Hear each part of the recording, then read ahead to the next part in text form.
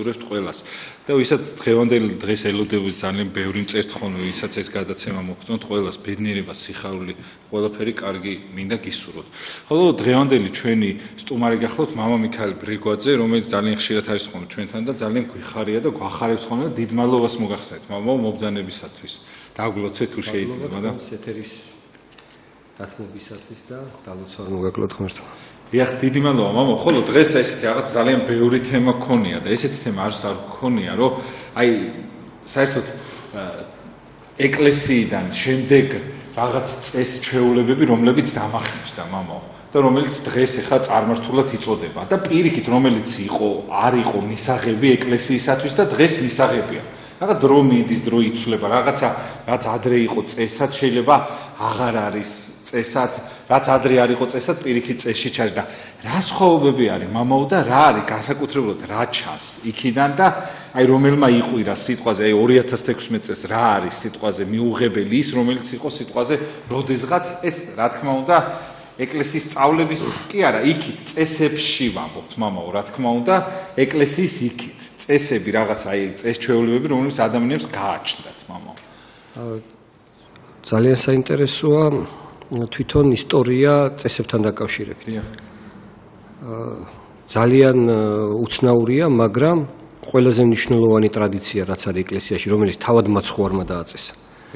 და თქვა, რომ გულისხმობ წირვალოცვას. ეს გააკეთეთ შემოსახსენებლად და დღეც კი იყო დანიშნული ამისი. აი ამ ყველაზე მნიშვნელოვანი ტრადიციის განმარტებას ჩვენ ხვდებით მხოლოდ და მხოლოდ გვიან საუკუნეებში. და ამას აღწერენ როგორ ახასიათებენ. იმდენად ეს ტრადიცია ცოცხალი იყო და ურთიერთობაში იყო ადამიანთან ცოცხლად. ანუ იმდენად აი როგორ ვთქვა, იმდენად ერთი იყო ეს ადამიანის ცხოვრებასთან, რომ შესისხორცებული იყო, განმარტება არ ჭირდებოდა. და საერთოდ ამბობენ, რომ როდესაც წირვალოცვას ჭირდება დიდი განმარტება, ეს ნიშნავს, რომ თვითონ წირვალოცვაში უკვე რაღაცაა შეცდომით და აღარ გელაპარაკება უკვე წირვა. ამიტომ, როცა ჩვენ ტრადიციებზე ვსაუბრობთ, პირველ რიგში უნდა გავითვალისწინოთ ეს, რომ ტრადიცია როგორც კი მოწყდება ცოცხალ ცხოვრებას, ის კარგავს თავის არსს.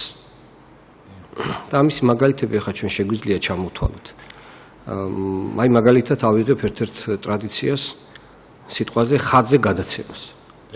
აი ესეთი ცნობილი ტრადიცია, რომელიც მერე ქართულ კინემატოგრაფიაში კომუნისტების დროს სპეციალურად შეკვეთით ისე იქნა გაშუქებული მთელ საზოგადოების მიმართ, რომ ეს არის რაღაცა კატასტროფა, საშინელება და წარმართობა. რეალობაში რა არის? ადრე არ ყავდა ხალხს ნოტარიუსები და არ არსებობდა ვიღაცა, ვიზეც მიენდობოდი და თქვათ, როდესაც გასცემდი შე რამე სესხს ან რაღაცას ადამიანს ათხოვებდი, თუ დაგიბრუნებდა ეს არ იცოდი შენ. ამიტომ ძალიან დიდი ხელშეკრულებები, მნიშვნელოვანი ხელშეკრულებები ვიდებოდა ხატის წინ. მე ამ სცენას შესწრებული ვარ ერთ-ერთ მონასტერში, სადაც ტრადიციითაა ეს შემორჩენილი დღემდე. და ორი ადამიანი ხატის მარჯვენა და მარცხნიდან იჩოქებდა, წინამძღვარი იდგა შუაში და პირობას დებდნენ ხატთან. და წინამძღვარი ეუბნებოდა, რომ თუ მაგალითად ერთ-ერთი პირობას გატეხავს, მოვალია ხატის. მოვალია იმ ხატის, ვინც არის ამ ხატზე გამოსახული. ამიტომ ხატზე გადაცემა ნიშნავდა იმას, რომ ადამიანი თუ ამას ვერ შეასრულებდა ამ დანაპირებს, ის ხატზე იყო გადაცემული. ანუ ეს რაღაცა წყევლის ფორმა კი არ იყო, ეს თვითონ ადამიანი იღებდა ამას ამ რაღაცა პირობას თავის თავზე და თვითონ ადამიანი აძლევდა აღთქმას ღმერთს. თუ აღთქმას გატეხავდა, ის აღთქმის წინაშე იყო მოვალი. ვისაც გაუტეხავდა აღთქმას და ჩვენ ცხოვრებაში გვაქვს ასეთი შემთხვევებიც, აი მაგალითად ცნობილია პატერიკებიდან, რომ ერთ-ერთი ცხოვრება ერთ-ერთმა წმინდა ნიკოლოზის ხატს წინ დადეს, ესე იგი ქრისტიანმა და არაქრისტიანმა აღთქმა. და მე ამ რა თქმა უნდა არაქრისტიანმა გატეხა ეს აღთქმა. და მე გამოეცხადა წმინდა ნიკოლოზი და უთხრა, რომ ეს როგორ გააკეთებოდა და ჩააკითხა იმ ქრისტიანს და თავისი ვალი დაუბრუნა.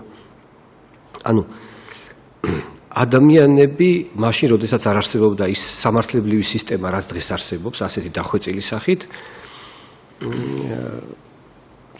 საქმე რომ გაეკეთებინათ, ვიღაცას ხო უნდა ენდო, საერთოდ როგორ არის ეს ცნობილია რა, ბიზნესშიო არა, ნათესავი ნუ გეყოლებაო, ხო? ანუ ვიღაცა უნდა იყოს, ვისაც ენდობი შენ და მე მოსთხოვ კიდევაც, ხო? ეს არის ბიზნესი. რაღაცა დიდ საქმიანობას რომ მოკიდებ ხელს, იქ დიდი რისკებიცაა. აი ამ დიდ რისკებზე ადამიანი რწმენით მიდიოდა, იმიტომ რომ რისკავდა რწმენით, სხვა რა გზა ქონდა. ხო, დასადები იყო რაღაც ხელშეკრული. და ესეთი მაგალითები ჩვენ ბევრი გვაქვს.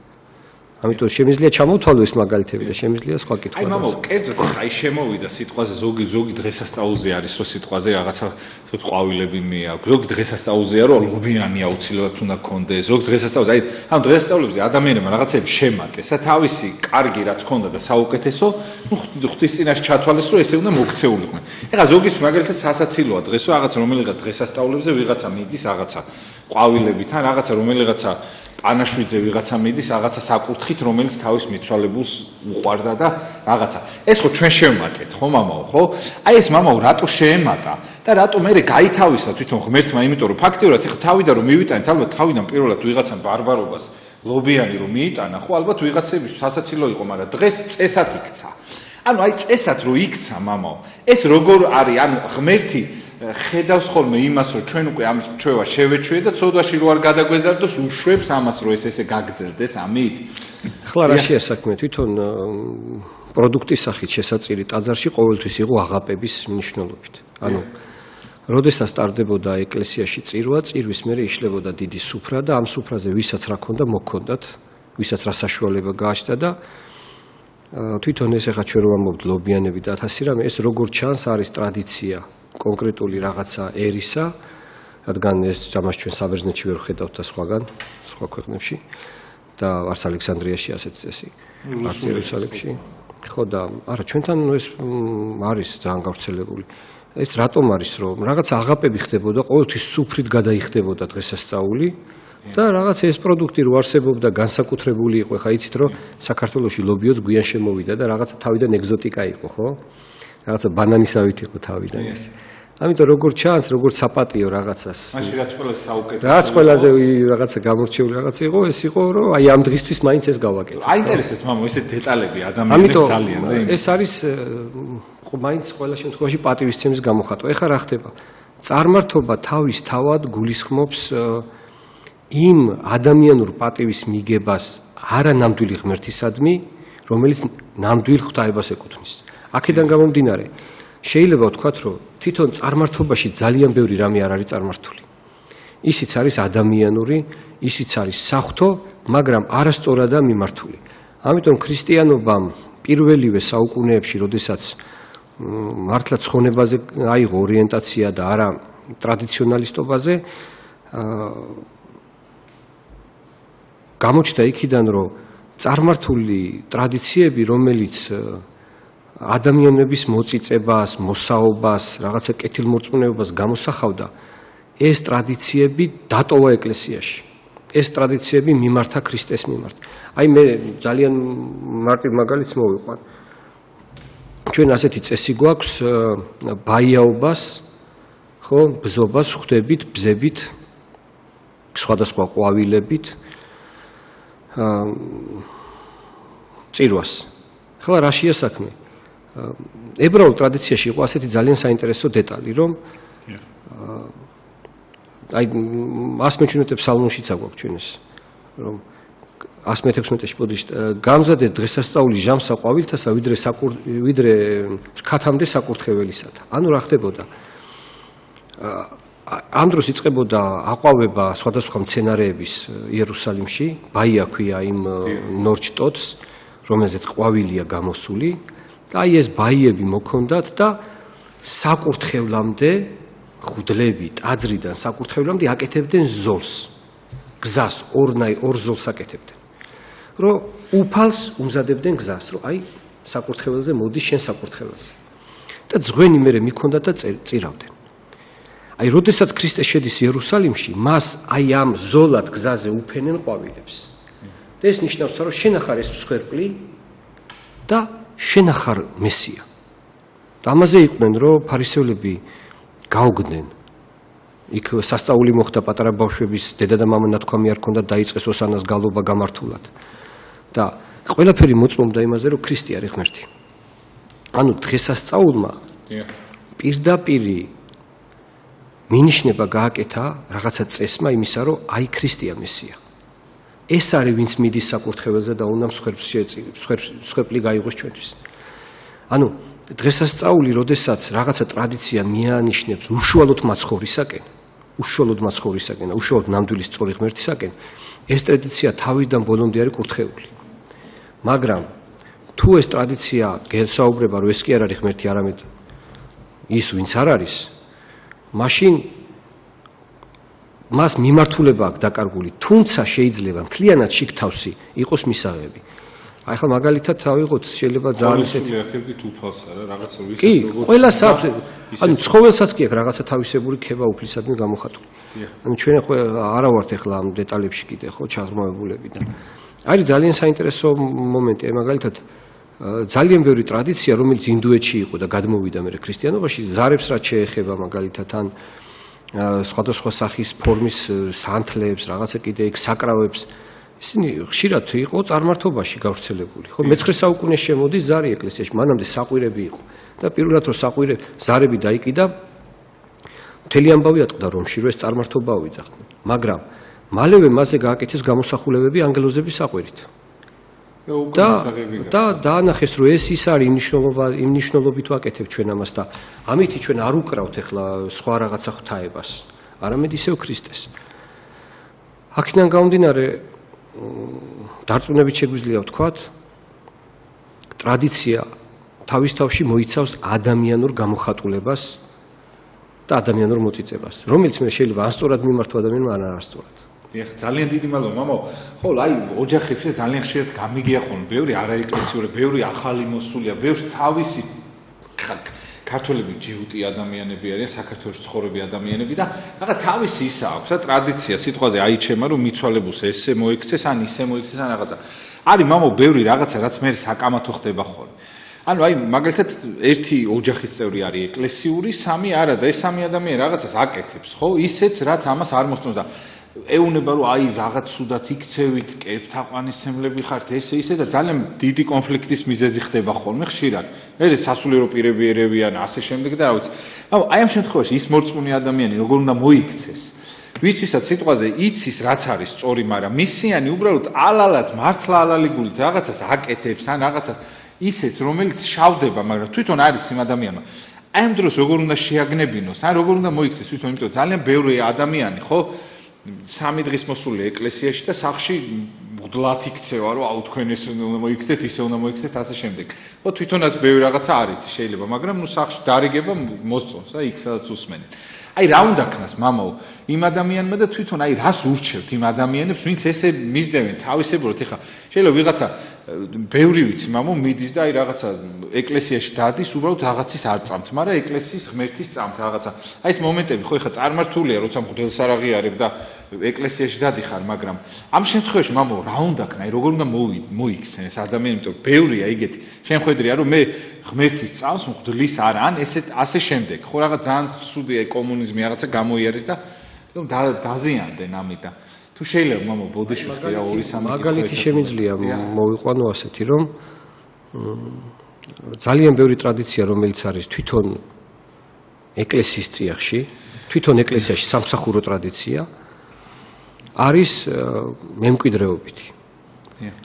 და უცებ გაჩნდება მაგალითად სასულიერო პირი ჩავა საბერძნეთში, ნახავს რაღაც ტრადიციას, რომელიც ჩვენთან შემორჩა, იქ დაიკარგა და გადმოდის მერე და თქვათ იწყებს შეგონებებს, რომ ეს ტრადიცია ასე კი არა, ასე ყოფილა და ცდილობს ეს ტრადიციაც მოშალოს აქ რაც არის. და როგორც კი იწყება ამ რაღაცა წესის გარშემო მოკვლევა, უცებ აღმოჩნდება, რომ ეს წესი გაცილებით მართალია და გაცილებით უფრო ძველია, ვიდრე ის, რომელსაც კონკრეტული პიროვნება გაეცნო უცხოეთში. ამიტომ ამ ადამიანებს მე ერთი რამე შეუძლია ურჩიო, რომ ხშირად ჩვენ ტრადიციის მნიშვნელობა არ ვიცით, მაგრამ ჯობია ტრადიცია შევინარჩუნოთ, იმიტომ რომ როდესაც ჩვენ ტრადიციას ვინარჩუნებთ, გაცილებით ადვილია ტრადიციის მერე გააზრება უკვე დადგენილის და უკვე დამკვიდრებულის, ვიდრე გვიან მიხვდეთ, რომ ის ყოფილა მართალი და ხელახლა დავამკვიდროთ.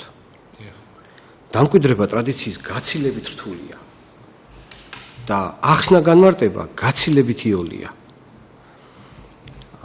რა ვიცი, აი მე შემიძლია ახლა მაგალითი მოვიყვანო რამე? აი ტრადიციის. აი მაგალითად ჩვენ გვაქვს ასეთი მიცვალებულის ტრადიცია, დასავლეთში არის ეს ძალიან გავს. 40 კოკორი მოვაქვთ. იცით რომ კვერი 40 ცალი მოვაქვთ. ეს ყველით დამზად როგორც ხაჭაპური. ყველით ხო, ხაჭაპური როგორც მოვაქვთ კვერს. მე-40 დღეს. მე-40 დღეს. ხლა ეს როგორ არის? თავიდან იყო ასე, ჩვენ ეს ჟამშიც გვიწერია და 60 კულოშიც არის განმოცემული და უძველესი ქრისტიანული ფორმაა, თავი მოდის მოკლედ აღაპები და მთელი ლიტურგიული შიგთავსით. რომ მიცვალებულს სახში უკეთებდნენ სუფრას. და მიცვალებულის თავში უდებდნენ სკამს, დებდნენ აქ სხვადასხვა შენაწირებს, ანუ თითქოს მიცვალებულს ცოცხლად უნდა ეჭამა და მერე ეს გაქონდათ და ყოველ 40 დღის განმავლობაში ურიგებდნენ გლახაკებს. ანუ მთელი 40 დღე მიცვალებულთან ერთად ვახშმობდნენ და სადილობდნენ ჭირისუფლები. და მერე ის, რასაც მას უდებდნენ, რასაც ყოველ დღე უკეთებდნენ იმას, ხო? რასაც მას უდებდნენ, გაქონდათ და გლახაკებს ურიგებდნენ. ანუ კეთილსაქმეს აკეთებდნენ მისი სულისათვის. ანუ მის სულს აკვებავდნენ ამითი, როგორც ცოცხლად კვებავდნენ საკვებით. და ეს 40 კვერი ყოველ დღე აძლევდნენ და მე 40 დღეს 40 კვერი სრულდებოდა. მაგრამ მე ეს ტრადიცია ნელა-ნელა რომ მოირღვა, მე დასაცინია. ხო, მე 40 ერთად აკეთებდნენ და 40 დღე მე 40-ზე მიქონდათ. დღეს ახლა ეს სრულიად გაუგებარია, იმიტომ რომ ტრადიცია დაკარგულია, განსაკუთრებით ეს 70-იანი წლის საშინელი პერიოდი გავიარეთ, ამას წინ უძღოდა აი ეს რაღაცა რუსული ტრადიციული უზურპაცია ჩვენი ტრადიციების, ამანაც საშინლად იმოქმედა, იმიტომ რომ ხშირად, აი როგორც ახლა დღეს ხდება, ბერძნული ტრადიციით უფრო ადვილია ქართული ქრისტიანული ტრადიციები გააუქმო და შეცვალო, ვიდრე მაგალითად წარმართული ტრადიციით ვერ შეცვლი, იმიტომ რომ იტყვი წარმართულია და არ მიიღებ, მაგრამ ამას მიიღებ, იმიტომ რომ მართლმადიდებლობის სახელით მოდის, ხო, მართლმადიდებლობის სახელით მოდის, ენაცვლება და რა თქმა უნდა შენსაც აგდებს. აი როგორც ლინგვისტიკაშია, ხო, ეს ცნობილი ლინგვისტიკურ მეცნიერებაში, რომ რაღაცა უცხო სიტყვა როდესაც არ გადათარგმნი შენ და პირდაპირ ჩადებს, შენსაც ამოაგდებს ის. შენსაც ჩაენაცვლება. ამიტომ ზუსტად ეს ვარიანტია აქაც ამ სიტუაციაში, ამ მდგომარეობაში, რომ ჩვენ გვირჩევნია შევინარჩუნოთ ტრადიციები და ბრმად ვაკეთოთ ხშირად. და მე აღმოვაჩინოთ, რომ ამას რამთხელა რაოდენ დიდი მნიშვნელობა ქონია. ვინემ ჩვენ ახლა ავიღოთ რაღაცა ერთი ადამიანის თქვა წარმოდგენაზე შევცვალოთ საუკუნოვანი ტრადიციები და მერე ვინანოთ და თქვათ, რომ ის რა კაი უკეთესი ყოფილა და ვეღარ შემოვაბრუნოთ. ამიტომ ძალიან ბევრი ტრადიციაა, რაც ჩვენა გვაქვს მიცვალებულებზე, რაც ჩვენა გვაქვს, რა თქმა უნდა, ცოცხლებზეც, საერთოდ ეკლესიაში დღესასწაულებზე. ისეთ უცნაურ და ღრმა პლასტებს შეიცავს. ისეთი ფენებია შიგრო, ამას უფრო გაფრთხილება უნდა, ვიდრე თქვათ, ჩანაცვლება. დიახ, მამა ხშირად გამიგია ხოლმე მე, რომ აი სიტყვაზე ეს ბერძნული წესია, ეს რუსული წესია, ეს დაპორტირდა, ის იქიციან, რუსეთში იციან და აქ ჩვენ რატო ვიმეორებთ ასე შემდეგ. ეხლა ქრისტე ხო ყველასია და ყველასთვის არის, ხო? და ჩვენც მისთვის უნდა ვიყოთ ყველანი, ხო, რა მნიშვნელობა აქვს, რუსეთიდან არის, საბერძნეთიდან თუ ასე შემდეგ. რამ გამოიწვია ის, რომ მამა ეს ტრადიციები კონკრეტულად, ანუ რაღაცა ერი შეიჭრა იმაში, რომ რაღაცა ეს ანუ ჩვენი მოსაგვარებელი გახდა და ჩვენი დასახატი გახდა ღმერთი, რომ ჩვენ როგორც დავინახავთ ისეთი გახდება თუ რატო გახდა ეს მომენტი საჭირო რომ სიტყვაზე ის რუსული არის, აუ არა ის კანონიკური არ არის, იმიტომ რუსულია იქ რაღაცა ეს მომენტი როგორ დაიყო მამაო, რატო დაიყო, იმიტომ რომ ფაქტია რომ ადრე არ იყო ესე რომ აუ არა ეს აქ სხვანაირად არის, იქ სხვანაირად არის და ჩვენთან სხვა წესია, იქ სხვა წესია, ხო? ეს მომენტი, მამაო, ანუ ადამიანები თან გაუცხოდნენ, იმიტომ რომ ვიღაცის ეხა ჩვენთვის რომ სიტყვაზე რუსეთში რომ მიდიხარ და იქ რაღაცა შესასვლელში რაღაცას გთავაზობენ და გაჭმენ, ხო, ვიღაც შეიძლება სასაცილო იყოს. ისო სიტყვაზე ჩემი მიცვალები და ის არ ქვია, ჩვენი დასავლეთელი შაოსანი ადამიანი კვერს რო აცხობს, ხო? მაგის ხელებს ვენაცვალ, იქ შეიძლება რუსეთში ჩახვი და დაგცინონ ამაზე, ხო? დაგცინონ რაღა რუსეთში მიდიხარ, აგერ 2016 წლის კაცმა შეიძლება დაგცინოს ვიღაცა უცოდინარმა, ხო? ამ დროს თქვენ ამბობთ რომ იყო, ხო? სიტყვაზე. ეს მომენტი, მამაო, რატო? იმიტომ რომ ერთმანეთს ფაქტია, რომ ეს ისე ცოტა ვარ და ერთმანეთისადმი აი რაღაცა ისე ვიყურებით, ანუ ხო ბერძნები ხო საერთოდ ზემოდან ვიყურებენ. იქ რუსები, ჩვენ გვერდი და რაღაცა და ანუ აი ეს მომენტი, მამაო, რატო ხდება? იმიტომ რომ რაღაცა შიდა დაპირისპირებაში მაინც ღმერთს კარგავთ, ხო? იმიტომ რომ ის ისე უყურებს ამ წესს, ეს ესე უყურებს, იქ ახალ კალენდარზე გადახტა ვიღაცა ძველზე რჩება, ვიღაცას რომის პაპი მოსწონს, ვიღაცას არა, ვიღაცა ლიბერალი, ანუ ბევრი რაღაც შეიძლება მოვიყვანო მაგალითად. ანუ ეს რატო ხდება, მამაო? თუ შეიძლება აი ამასთან დაკავშირებთ, იმიტომ რომ ადრე არ იყო ეხლა, ხო, ფაქტია, რომ ყველა ერთად წირავდა, ყველა ერთნაირად, ყველაფერი იყო, თუ ანუ ადამიანის განვითარება ან თავისუფლება მოიტანა ეს ყველაფერი. ბოდიშით ერთ წამით, მამაო, ერზე ხო არ არის მორგებული, მამაო, რომ აი ეს კონკრეტული ერი, ესეთი მიმართულებით თუ წავიდეს სიტყვაზე, ესია საჭირო, ისია, იმიტომ რომ აი რუსეთში მაგალითად არიან ძალიან ცოტა ზოგიერთი სტროგად იცავენ უფრო რაღაცეებს. საბერძნეთში უფრო რაღაცა ეხა უფრო ცოტა მოეშვნენ. ჩვენთანაც ცოტა რბილები არიან, იმიტომ რომ რაღაცა ცოტა ვართ ერთმანეთი ისე გვიყვას რაღაც დათმობებზე მიდიან. აი როგორ უნდა იმას ვქნათ, მამაო? ანუ რატო ხდება? ანუ კონკრეტულ ერს რაღაცა ერგება, რაღაცა სახით, ანუ რელიგია მოირგო კონკრეტულმა ერმა? ზოგი ხო საერთოდ ზოგიერთი არიან ისეთი აგრესიულები არიან, მართლმადიდებლები, რომ რო შეხედავ ხო არაბები სიტყვაზე იქ რო შედიან, ხო? თუნდაც იერუსალიმში. აი, მამაო, როგორ ხდება თუ შეიძლება ან რატო გაყო ესე ღმერთმა რომ თუ ჩვენ გავყავით ბოდიში საუკუნოვანი კითხვა. დიახ. აი ახლა კონფერენციაზეც მომიწია წასვლა და იქ ერთ-ერთი რაღაცა საუბარი მოგვიწია ტრადიციებზე და მე ერთ-ერთი რუსი შემომიბრუნდა და მკითხა რომ რატო ხდება ეს ყველაფერი რომ ასეთი სასწაული საუკეთესო ტრადიციები დავკარგეთ.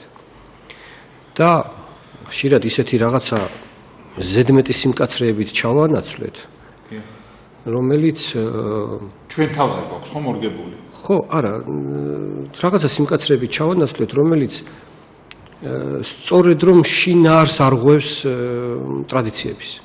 ერთია რომ მაგალითად მე შინაარსი გავაძლიერე და მეორეა რომ შემოვიტანე და დავარღვიე შინაარსი. ამიტომ და მე ახლა არ ვიცი, მე ვუთხარი რომ ბოდიშით ახლა რუსულ სიტყვას ნებრეჟნას მეთქი მარტო ჩვენი. მე მაინც ვფიქრობ რომ ეს არის პირველი ის რომ მოგვაკლდა რწმენა. პირველი არის რომ მოგვაკლდა რწმენა და მეორე ის არის რომ დავკარგეთ გამოხატვის უნარიც. აი ცნობილი ამბავია კონსტანტინოპოლის იმის ბოდიშით ალექსანდრიის პატრიარქი ჩამოვიდა საქართველოში და აღწერა აქაური სიტუაციები მე-17 საუკუნეში. და ასეთ რამეს წერს რომ ერთ-ერთ ტაძარშიო შევედიო და თუ არ ვთქვი სამეგრელოში ხდება, სამეგრელოს რეგიონია, შევედიო და ეპისკოპოსიო მიცვალებულს ტიროდაო. და იცით როგორ ტიროდაო? ეს სამუსელიო ასეო გადაწეული ქონდაო, როგორც შემოიხიო სამუსელი. და მოთქვამდაო ტირილითო. და ჩვენო უთხარითო რომ ესო არ არის სწორად აკეთებო შენ. არ არისო საჭირო ამდენი გლოვაო მიცვალებულებზეო და რაღაცა ამდენი წესი ასეთი გამოხატვა ამისი. ესე იგი, თუ იმ ადამიანს უნდა ეს გამოხატოს, შენ რატო უშლი ხელს? ესია იმან ასე გამოხატა. ამიტომ ახლა ის ადამიანი რაღაცა ტრადიციას, ის ეპისკოპოსი თქვათ, რაღაცა ფორმით უფრო როგორ ვთქვა, გამოხატავს აი ამ თავის გლოვას.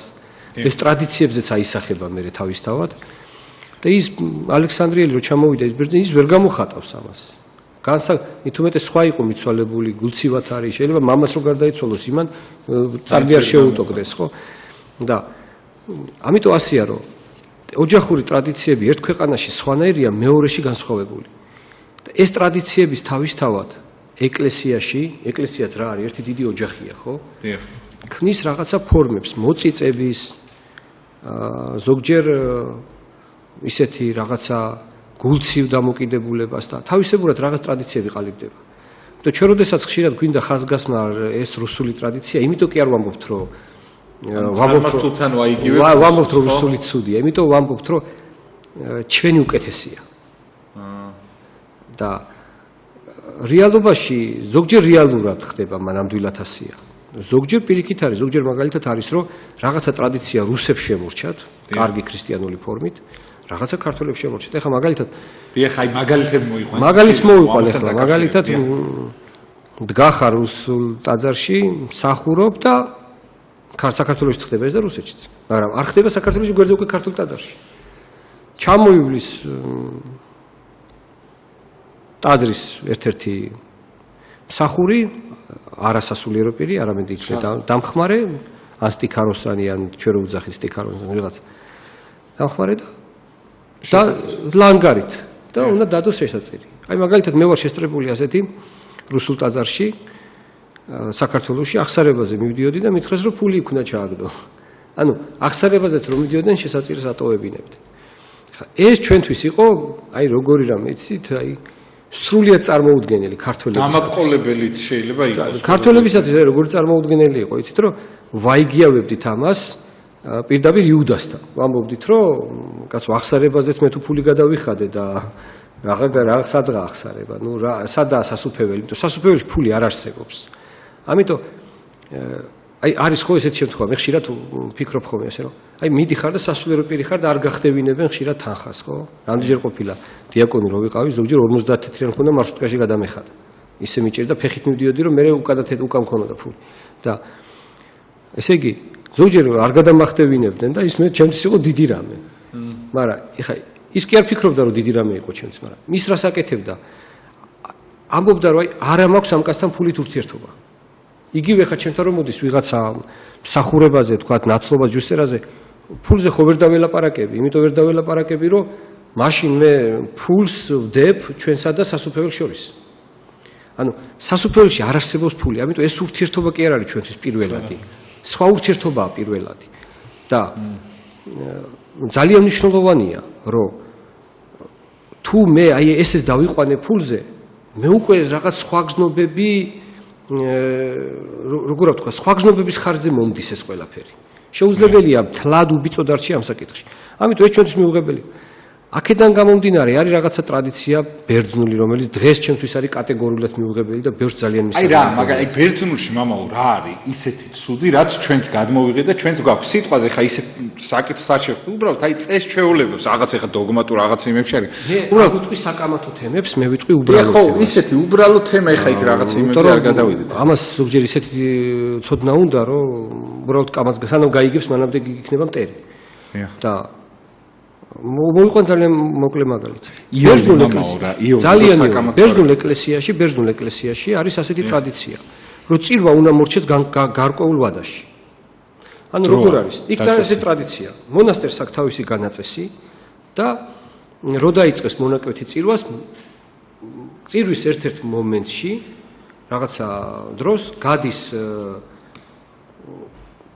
ესე იგი მზარეული იღებს ლოცვა-კურთხევას წინამძღვრისაგან და იწყებს საჭმლის გამზადებას. ეს საჭმელი რომ მოვა, უკვე უნდა იყოს თბილი. ის რომ გაამზადებს, უნდა იყოს მზად, არ უნდა გადაიღო და წირვა ისე უნდა დაამთავროს მღვდელმა, რომ გაიღება სატრაპეზოს კარები, ყველაფერი იყოს როგორ ვთქვა, წუთი-წუთში. ქართულ მონასტრებში ეს იყო გაუგებარი. ქართულ მონასტერში შეიძლება ისე გაეწელათ ლოცვა ისეთნაირად აი რაღაცაზე გაჩერებული იყვნენ, ცოტა მეტი ელოცა, ცოტა გული დაედოთ რაღაცის კურთხევის დროს. და ხშირად აი როდესაც იმ წირვაზეც დავსწრებული ვარ და ამ ქართულ წირვაზეც არა, ქართულში განმიცდია მე ეს მოწიწება. დამეხმარა მე ის რაღაცა ვითარება მოწიწებაში. აი ბერძნულში არ დამეხმარა ბევრი რამ. აი მაგალითს მოვიყვან, ივანე ოქროპირი ამბობს ორ ადგილზე ასეთ რამეს, რომ როდესაც ეკლესია დუმსო და ჩერდები თუ იმიტომ რომ იქ მღვდელი რაღაცეები დრო ჭირდება რაღაც ხო გადასვენოს წვენიან რაღაც იქ საიდუმლო ლოცვები ასე შემდეგ რა. დიახ. არა, მაშინ არ იყო ეს საიდუმლო ლოცვები ამ ფორმის. ხა, როდესაც არა, სიტყვაზე ვამბობ, ხო როცა სიტყვაზე ხო რაღაცა დრო ჭირდება, ხო? მაშინ მთელი ეკლესია დუმსო და აი ამ დუმარებაშიო ჩვენ რო განვისთითო იმ დუმილსო, რომელიც სამყაროს შემოქმედებამდე იყო და იმ დუმილსო რომელიც არისო მისტიკათა მისტიკაო და მაშინო სხვა გზნობებით ვესაუბრებით ღმერთსო აღარა სიტყვითო და საგალობლებით არა ყურითო და თვალითო.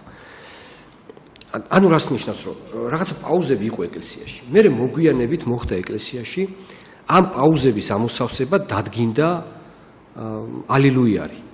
ანუ ალილუიებს ვგალობთ ახლა ჩვენ შუა ეკლესიაში და ეს პაუზები რო გრძელდებოდა აი ამ ვაკუუმების ამოსავსებად იყო ალილუია გრძლად. მე ეს ალილუია 3 გახდა. ნუ 3 მორჩებოდა, მთავრდებოდა და თავის ფუნქციას ვეღარ ასრულებდა და ის სულისკვეთება რაც იყო ეკლესიისა რომ წირვისა რომ მე აი როგორ ვთქვა ნელა გააზრებით არავითარი აჩქარებით ხო არამედ მთელი გულით ჩავატარო მსახურება ეს დაკარგა მე აი ამ როგორ ვთქვა საათი აგებულმა მსახურება დიახ და იმათ იქცა უბრალოდ რომ წესად რომ უნდა შეასრულო და ნელა მსახურება უკვე გახდა როგორც მოვალეობა და არა რაღაცა მისტიკა ეს მისტიკა კი დარჩა აზრში გონებაში მაგრამ ამას ვეღარ ახორციელებ ამას ვეღარ განიცდი ისე როგორც შეიძლება განიცა მე ახლა მოვიყვანე ყველაზე მსუბუქი მაგალითი მე აღარ ვამბობ ახლა არის რო კიდე აი მაგალითად სასულიერო ეს წესი არ შეიძლება ამ დროს ყველაზე ძველი წესია დამასკენსა გახსერილი რომ რო აიღებს მღვდელი ესე იგი ნაწილს უნდა გადაისახოს სახეზე შუბლზე ტუჩებზე და თვალებზე და უძველეს წყაროებში ეს აღწერილი და ნიშნავს პირჯვარს აქედან არის ქართულ შემორჩენილი სიტყვა პირჯვარი ეხლა ეს ამოაგდეს ბერძნებმა დაკარგეს ეს და ხა ჩვენ რატო უნდა დავკარგოთ თუ ეს სიტყვაზე ვიძახე ხა ერთ-ერთი დეტალია მე მომწონს ახლა იმიტომ რომ ჩემ რაღაცა უძველეს ტრადიციასთან ვაიგიავებთ ქართულობასთან ვაიგიავებთ რომელიც აღარავის არ აქვს და მე მაქვს ექსკლუზივად შემორჩენილი არ შეიძლება ამის დაღვა ასევე აი ასეთი რაღაც ნიუანსები მსგავსი დეტალები ძალიან ბევრია მსახურებაში ბევრი შემორჩათ ბერძნებს ისე კი არა რომ ჩვენ შემოგჭი იმათ არ შემორჩათ პირიქით რაღაცა ძალიან სერიოზული დეტალები აქვს მათ შემორჩენილი რომელიც პირიქით უნდა ჩვენ აღვადგინოთ და გვიწერია ძველ წყაროებში ამიტომ აქედან გამომდინარე როდესაც ჩვენ საუბრობთ ტრადიციებზე ტრადიციის პირველი არსი უნდა გამოვიკვლიოთ რატოა მას რა დატვირთვა ქონდა რა მნიშვნელობა ქონდა და ამის მერე უნდა ვიფიქროთ ეს ამოვაგდოთ თუ არ ამოვაგდოთ არა იმიტომ რომ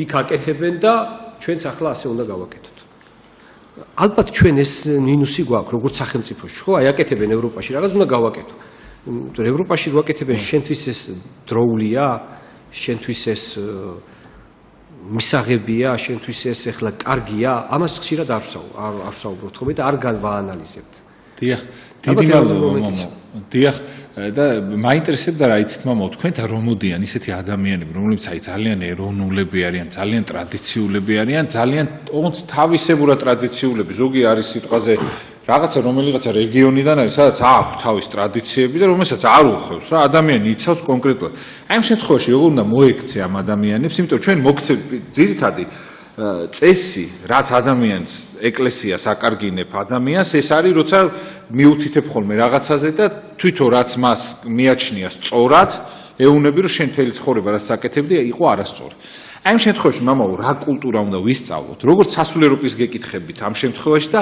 თვითონ სასულიერო პირებმაც რა უნდა ქნან მამაო იმიტომ რომ ზოგს ნერვი არ ყოფნის ზოგი ვერ მიუთითებს სწორად და ასე შემდეგ და ძალიან ბევრი ადამიანი შემდეგ დაბკოლებულია მოვა აბა მამაო ესე უნდა მითხრას მე შვინკვდარი დედა ვარ და ესე ვაკეთებ და აი ესეთი რაღაცა მიქნა და ცხოვრებაში მე ეკლესიაში არ მოვალ ვიღაცას მოყავს ეკლესიაში ვიღაცა პირიქით ისე იქცევა რომ გაყავს ეკლესიიდან და ასე შემდეგ ხო მამაო როგორ უნდა მოვექცეთ იმ ადამიანებს ვისაც არა აქვს ეხა ნუ რა ქნას ეხა კი ძალიან ცუდია რომ ეს ხვარი შემოტარება რაღაცები ვიღაცას ტრადიცია შემორჩა და აქვს ეს და ვერ გაექცევა ამას უნდა თავის სულს უხარია და უნდა რომ თავის მიცვალებულს ამიტარებაც არ არის ცუდი ხო დიახ აი სიტყვაზე რა რაღაცა ზოგს ისა აქვს შემორჩენილი რაღაცა ეხა და იქ ჭირის უფლებს ეხა ცეცხლს რა ვიცი ისა რქვა ლამისის ჩაარტყა უსუპი ჩაარტყან თავში რომ აუშე როგორ აი როგორ გეშლება და რაღაცა იმიტომ რომ რაღაცა არის რომელიც წესით შეიძლება შეარბილო იმიტომ რომ ადამიანი არ გაგექცეს და არ დაფანტო ის ქრისტესგან მოყვანილი ერთ კროშნატელისის ხო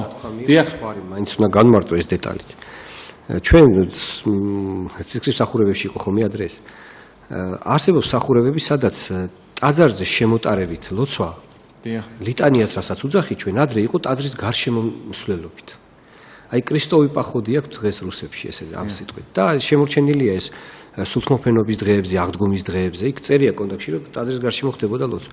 ტაძრის გარშემო ლოცვა ეს ჩვეულებრივი ქრისტიანის წესი იყო. შემორჩენილი აქვს უძველესი წყაროები, სადაც მინიშნებულია ძირითადად რატო უვლიდნენ ტაძარს სამჯერ. ერთი განმარტება ამის ის არის, რომ მარადიულობას ნიშნავს რაღაც წრეზე ბრუნვა და ღმერთმა რო აი მარადიულობაში რო დაგვაბრუნა, აი ეს ლოცვა არის წრეზე ლოცვა, იმიტომ რომ ამას ჩვენ ვასრულებთ ჯვრის ნათლობაში, როგორც გინათლება კაცი, მე წრეზე ხდება მისი წაყვანა, რომ ის შეუერთდა მარადიულობას. ამიტომ როდესაც კაცი ეკლესიაში მოდის, ის უერთდება მარადიულობას. და ეკლესიაში რო შესულიყო წმინდა გონებით, აი ესე წერია ერთ-ერთ ადგილზე ასე წერია პირდაპირ, ერთ-ერთი ბერი ამბობს, რომ თან ძალიან ძველი პატერი 6 საუკუნეა, ამბობს, რომ ტაძარში არ შევდივარო, სანამ არ შემოულიო და ლოცვით არ განვიწმინდა გონებას, და მე შევდივარ წმინდა ტაძარში. ანუ ეს იყო რაღაცა როგორ ვთქვა, მარადიულობას რო ადამიანი აანალიზებს სად მიდის, ისე კი არ შეყო თავი უცებ, კი არ შევარდა. არამედ გაანალიზა სად მივიდა და ამას დრო ჭირდება. ადამიანის გონებას ჭირდება დრო. ამას აკეთებს. ახლა იმ ადამიანმა ცხვარი რომ მოიყვანა, ის თელი ამ ტრადიციით ცხოვრობს, ის რო შედის ტაძარში სულ გარშემო უვის. ამიტომ ის შემოატარა ის ცხვართან ერთად შემოიარა, ილოცა, მე ეს ცხვარი გაუშვა, თვითონ შევიდა ტაძარში. და როდესაც ჩვენ ასე ტრადიციებს ხედავთ, ეს არის რაღაცა სიღრმისეული ადამიანის გამოცდილებიდან. მე ხა პირველი რაც შემიძლია ამ დროს თქვა არის ის, რომ უნდა შეგვეშინდეს ღვთის. ხშირად ადამიანს სულიწმინდა ისეთ რაღაცებს ასწავლის და ისეთ რაღაცებს შეაგონებს. არ შეიძლება მე დავეტაკო ამ ადამიანს და უთხრა რომ შენ ეხა რაღაცას ფიქრობ, ისეც მე რო არ მომწონს და ამიტომ არ არის სწორი. ესე არ არის. არ ვიცი ჩვენ იმას რა განცდა აქვს. აი მაგალითს მოვიყვან ასეც. ერთ-ერთ შემთხვევა მოხდა ეკლესიაში, მოვიდა პიროვნება დადგა. და ხმა არ მოიღო. გამარჯობა, არავის არ ეუბნება გამარჯვებას. დაამთავრდა ლოცვა, ყველა მოიკითხა გამარჯობა ყველა. აი რო კითხეს რომ რატო გააკეთეს, მე ახალ ამბავს გიყვებით. თუ ესეთი წესი გვაქვს ჩვენ, და ესე ვიცი მე ბავშვობიდან. და მეც დამაკითხეს ერთ ადგილზე რომ ესე იგი ასეთი წესი ყოფილა ქართველებში, რომ ნათლიღებას რომ მიდიოდნენ, მე კონკრეტულად ნათლიღებას წავიკითხე, ნათლიღებაზე ეწერა, ესე იგი ერთმანეთს არ ესაუბრებოდნენ ადამიანები, სანამ წყალში არ ჩავიდოდნენ და წყალს არ აკურთხებდნენ მღვდელი. ანუ გახსოვთ სახარებაშიც არის ელისე ეტყვის ელია რო ელისეს გაატანს კვერთხს, ბოდიშით ელისე გაატანს თავის მოსწავლეს კვერთხს და ეუბნება არავის გამარჯვებაც არ უთხრაო გზაზე. სანამ არ მიხვალოთ შენ დანიშნულ ადგილამდე. და მაცხოვარიც ეუბნება, არავინ მოიკითხოთო გზაზეო და ისე იქადაგეთ სასუფეველიო. რა არის ეს? რატო თქვა შემონქმედმა სულიწმინდის გარეშე ის არაფერს არ იტყოდა ეს დეტალი. რატო მოიყვანა სახარებაში? რა არის? ახლა ლაპარაკობ ცხონებაზე და უცებ რაღაცა ხმა არ მოიხო. აი რა არის ეს დეტალი? ანუ არსებობს რაღაცა საიდუმლოებები, რომელიც პირდაპირ ადამიანს აკავშირებს სულიწმინდასთან ანაცილებს. რაღაცა მოქმედებები. ამიტომ მე ხშირად ვამბობ ამას, ასეთი დეტალია ისე ნათქვამი აქვს სიმოხთვის მეტყველს. დეტალი ერთ-ერთ მის ქადაგებაში, რომ ყველაზე მეტად ფრთხილად იყავითო სულიწმინდა არ დაგმოთო. იმიტომ რომ თუ იმ მეორე ადამიანს რომელსაც ჭკუას ასწავლიო, ისო სულიწმინდითაა აქ ნასწავლიო და იმაზე ხელს უშლითო, თქვენ გამოდიხართ სულიწმინდის გმობლები. თუ ადამიანი ტირისო და თქვენ მიდიხართ და რას ტირი ხარ აქ და რას აკეთებ და სულიწმინდით ტირისო, თქვენ ხართ სულიწმინდის გმობლები. თუ ხარიაო და ეუბნებითო რომ ხიფშიაო და თქვენ კიდე სიხარული არ გაქვთ ქრისტესიო და ის გიჟი გონიათო, თქვენ ხართ სულიწმინდის გმობაში. და მე ვფიქრობ, რომ მეორე ადამიანის პატივისცემა თუ აქ ადამიანს პატივისცემით მისწვენა. ამ შემთხვევაში ეს უფრო შენი საქციელიც უფრო სწორი იქნება. და სულიწმინდას არ დაკარგავ იმ კაცში, არ შეუშლი ხელს სულიწმინდას მასში. ამიტომ ძალიან ბევრი საიდუმლო არსებობს. არ არის ასე ახლა რომ ვიღაცა გამებუტა და ამიტომ ახლა მე უნდა მივიდე, ჭკვა უნდა ვასწავლო და რაღაცა გავაკეთე. მე მაგალითს მოვიყვან. ერთ-ერთი მონაზონი მოვიდა ჩემთან და მეუბნება, რომ მეორე მონაზონი იყო ხიფში. და ვეუბნები რატოა ხიფში? იმიტომ რომ თითქმის არ ლაპარაკობსო, მარტო ლოცულობსო, დადისო, ზედმეტ სიტყვას არ ამბობსო და კარგია ეგ, რატოა ცუდი? არაო, მე ვგრძნობ რომ ხილშია. თვითონ იყო. ხო. ეხლა როგორია ის თილობს რაღაცა შეასრულოს ღვთისმსნება და ეხლა მეორე ადამიანი ეუბნება რომ აი ხილშია და ეხლა უნდა ალაპარაკოს. არ ვიცით ეხლა ჩვენ რატო უნდა ჩავიდეთ ამაში. რა უნდა უთხრა ამ დროს ადამიანს? ამასაც როგორ გააგებინო ამასაც და იმასაც არ შეუშალოს ხელი. მე ვეცადე ასეთი რამე ვუთხარი რომ ეხლა შენ მეთქი თუ ხილშია, მაინც ვერ გააგებინებ ამას. ეს არის მზვაუბრობა. ნუ არ არის ამპარტავნობა უკვე ავადმყოფობა. მაგრამ არის მზვაუბრობა. და მზვაუბრობას რა თვისება აქვს? მზვაუბრობა ამპარტავნობას ავლენს რაში რომ თუ მასე ძლიერი დაინახა, მერე მდაბლდება. ამპარტავნობის შემთხვევაში თავისზე კარგზეც არ მდაბლდება. იმიტომ რომ სრულად დაბნელებულია. მზვაუბრობის შემთხვევაში თუ მასზე კარგი დაინახა, ის ამდაბლებს და მის წინაშე იმდაბლებს თავს, სხვის წინაშე არ დაიმდაბლებს თავს. ამიტომ მზვაუბრობა ძირითადად ჭირთ ნიჭიერებს, ასე ამბობენ მამები.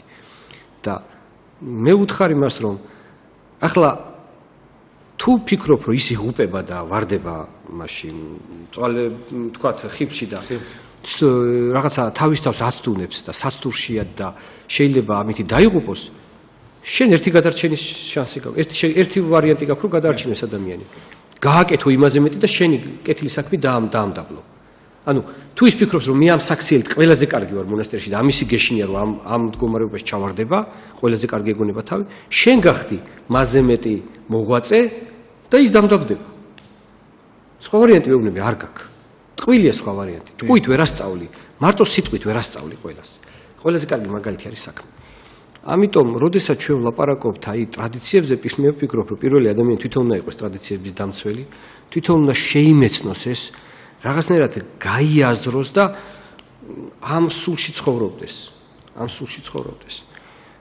სხვანაირ გამოსავალს მე ვერ ხედავ ძალიან დიდი მადლობა მამაო და თუ არის მამაო მომენტი და ეს როგორ უნდა გათვალოს ადამიანმა იმიტომ რომ ყველა ადამიანს აქვს თავისი დრო იმისა რომ ეტყვი და ამისთვის არ იმზად ან არ არის ხა ადამიანები არიან რომლებიც სიტყვაზე 5 წელი დადიან 10 წელი დადიან ეკლესიაში მაგრამ შენიშვნისთვის ზად არ არიან არიან ადამიანები რომელსაც ერთი კვირა მოსულია და სხვათა შორის ახალ მოსული უფრო კარგად გისმენს სიტყვაზე როცა რაღაცას არ ხვევს წეს ვიდრე სიტყვაზე ძალიან რო გაიქაფე მე 20 წელია დავდივარ და ეხლა შენ ვისაძლევ შენიშვნას 2 კვირა მოსული ხარ სიტყვაზე ეს მომენტი ხო მამაო თუ არის და როგორ უნდა უპოვო ადამიანს არა მარტო ეკლესიაში მამაო სახლშიც შენიშვნის მომენტი და დრო სწორი როცა რაღაცას არასწორს აკეთებს ფაქტიურად ეხლა ნუ სახლშიც არის ეს პრობლემა როცა ადამიანი არასწორს აკეთებს და იმ წამს ეტყვი რომ შეიძლება 10 ჯერ უფრო არასწორი გააკეთოს და ისეთი რაღაცა ამბავი მოყვეს რომ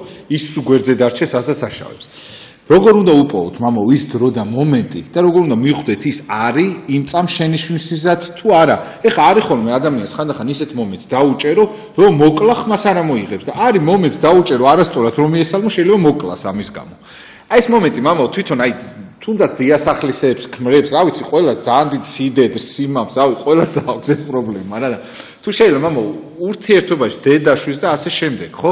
როგორ უნდა დაიჭირონ მამო ეს მომენტი, როგორ უნდა შეატყო მეორე ადამიანს, ან თუ უნდა მისცე საერთოდ შენიშვნა. ან როგორ უნდა მისცე, რა როცა გინდა გამოსწორება და აშავებს რაღაც ადამიანი.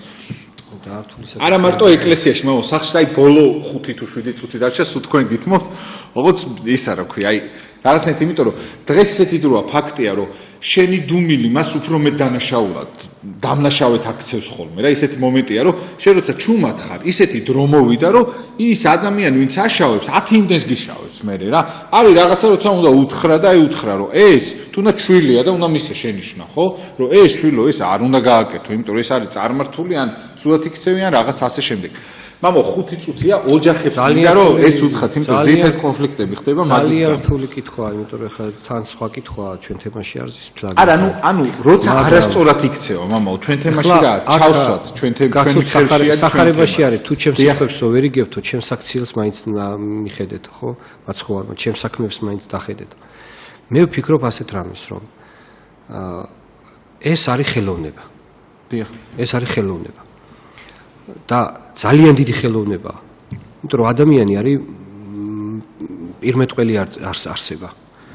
და ხშირად ვამბობ ხოლმე რომ მაცხოვარიც რომ მოვიდა ყოვლის შემძლე ღმერთმა საათები იქადაგა. იდგა და საათები გადაგებდა. ესე იგი, ხშირად დარიგებას ჩვენთვის უფრო დიდი მნიშვნელობა აქვს, ვიდრე სასწაული რო გაგვიკეთოს ვიღაცა. ხო, იმდენი დრო არ დაუთმია მაცხოვარ სასწauლებისათვის, რამდენი დროს დაუთმო გადაგებებს თავის ესე იგი ცხოვრებაში. და ბოლოს თავის საქმით შეეწირა. ხო, სასწაულიც არ გაუკეთებია ჯვარზე რა, შეეწირა, უბრალოდ მოკვდა, არ დაუცვია და. ამიტომ ხშირად რაღაცა თავგანწირვაში, რაღაცა დათმობაში ხშირად უფრო მეტი მოგება, ვიდრე წაგება. ამიტომ მე კიდევ ამბობ, რომ ეს არის ხელოვნება. ხო, ძალიან ძნელია ახლა მე მივიდე და მხატვარს უთხრა, რომელიც წირი როგორ მოხაზოს. ხო, ის იმ წუთში მხატვარი თუა თვითონ უნდა მოხაზოს და ან მხატვრის ნიჭი უნდა მიიღოს ღვთისგან. ამიტომ მე ვფიქრობ, ადამიანმა უნდა ილოცოს ამაზე, რომ ღმერთმა სწორი გადაწყვეტილება მიაღებინოს კონკრეტულ შემთხვევაში. და რატო?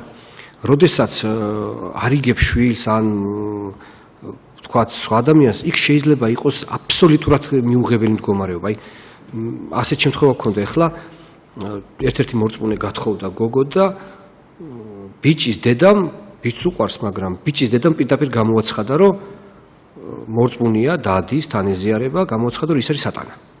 და გამოაცხადა, რომ ის ესე იგი რა ყველაფერს გააკეთებს, რომ გააშოროს. ჯვრისწერაზე დათანხმდა, მე უცებ ეს თერამი მოხდა. და აი რა უნდა გაუკეთო ახლა იმ ადამიანს, რომელიც დადის, მოძღვარი ყავს, ეზიარება, ფიქრობს, რომ მართალია, იმიტომ რომ აზიარებენ, ხო? და როგორ უნდა გააგებინო? მე ვფიქრობ, რომ არის შემთხვევები, როცა ვერ შეუძლებელია თუ ღმერთი არ ჩაერია ეს რამე ახსნა განმარტება მოხდეს, მაგრამ მეორე შემთხვევა რა არის, რომ როდესაც მაინც შენი შვილია და შენზე პატარა, იქ კიდე არის შანსები რამის გაკეთების. რომ იმ ადამიანს უნდა ამბობს ასე ერთ-ერთი მამა ისააკასური, ყველაზე მეტი შეგონების ფორმა არის კითხვა დაუსვა და კითხვა ადამიანს. აი შენ ახლა ჩემ ადგილზე ამას როგორ იგისავდი? თვითონ იმ თემაზე? ხო, იმ თემაზე დაუსვა კითხვა. შენ როგორ ფიქრობ, მე ამას რო აკეთებ, ეს როგორ იქნება? და ამბობს, რომ კითხვა ადამიანს თავის-თავში ახედებს. და ხსნისო დაძაბულობას ჭკუის სწავლებისას, აი რომ გაღიზე ვიღაცა რომ გააჭკუას, შენ თვითონ ასწავლი შენ თავს, რომ კითხვას რო გისვა მე შემჭირს და შენ რას იზამებ? ხო, აი შენ ახლა აკეთებ ამას, ახლა შენ თავს დაუსვი ამას რო აკეთებ, ეს რამდენად არის კარგი, ხო? როდესაც ის კაცი თავის თავს რო ასწავლის, თავისთავი უფრო მისაღებია. მასწავლებლის როლში უკვე ღებულობს. ხო, თავისთავია მისი მასწავლებელის და კითხვის დამსმელიც და მოსწავლიც. ამიტომ ამ შემთხვევაში უფრო ადვილია მიღება. ცნობილი. მაგრამ არის შემთხვევები, როდესაც ხო ამბობ მე, არის ეშმაკეული მდგომარეობა, შეუძლებელია მისი მიღება და ამიტომ რა ვიცი ახლა მეორე მოსვლაც იმიტომ არის, რომ სასჯელია და განკითხვა და ვიღაცები გადარჩებიან, ვიღაცებს აღარაფერი აღარ შველის. ამიტომ ახლა ძნელი იქნება მე რო თქვა, რომ რაღაც დარიგება რაღაცას უშველის. ზღაპარია ეს. ქრისტეს ქადაგება ვიღაცა მიიღო, ვიღაცა მის დარიგებები არ მიიღო. მაგრამ როდესაც შანსები გვაქვს ჩვენ და ვიღაც კიდე რაღაცით გვემორჩილება, იქ ამბობენ წმინდა მამები, რომ ყველაზე მეტი არის ადამიანი თვითონ ჩაახედო თავის თავში. ისეთ საქციელი გააკეთო, რომ თვითონ დაინახოს თავის თავი. იმიტომ რომ ის როცა ჩადის შეცდომას, თავის თავს ვერ ხედავს. სახარებაშიც არ არის ჯვარზე რო აკრავენ ქრი, არ იცი რას აკეთებენ. დიახ. ეს რო იცოდნენ გამორიცხულია, ხო, ჩემი ძალა რო იცოდნენ, ამას ვერ გაბედავდნენ. ხო. ღმერთმა ძალა მოგცეს და გონება და შეგნება და ლოცვის მადლი მოგცეს ღმერთმა, რომ დათმენა რაც თავარია. და საჭირო დროს ვილოცოთ ისე, რომ ღმერთს მიწვდეს ჩვენი ხმა და ჩვენ საჭირო ცოდნა მივიღოთ, რაც მაქსიმალურია იმ ვითარებისათვის და მდგომარეობისათვის.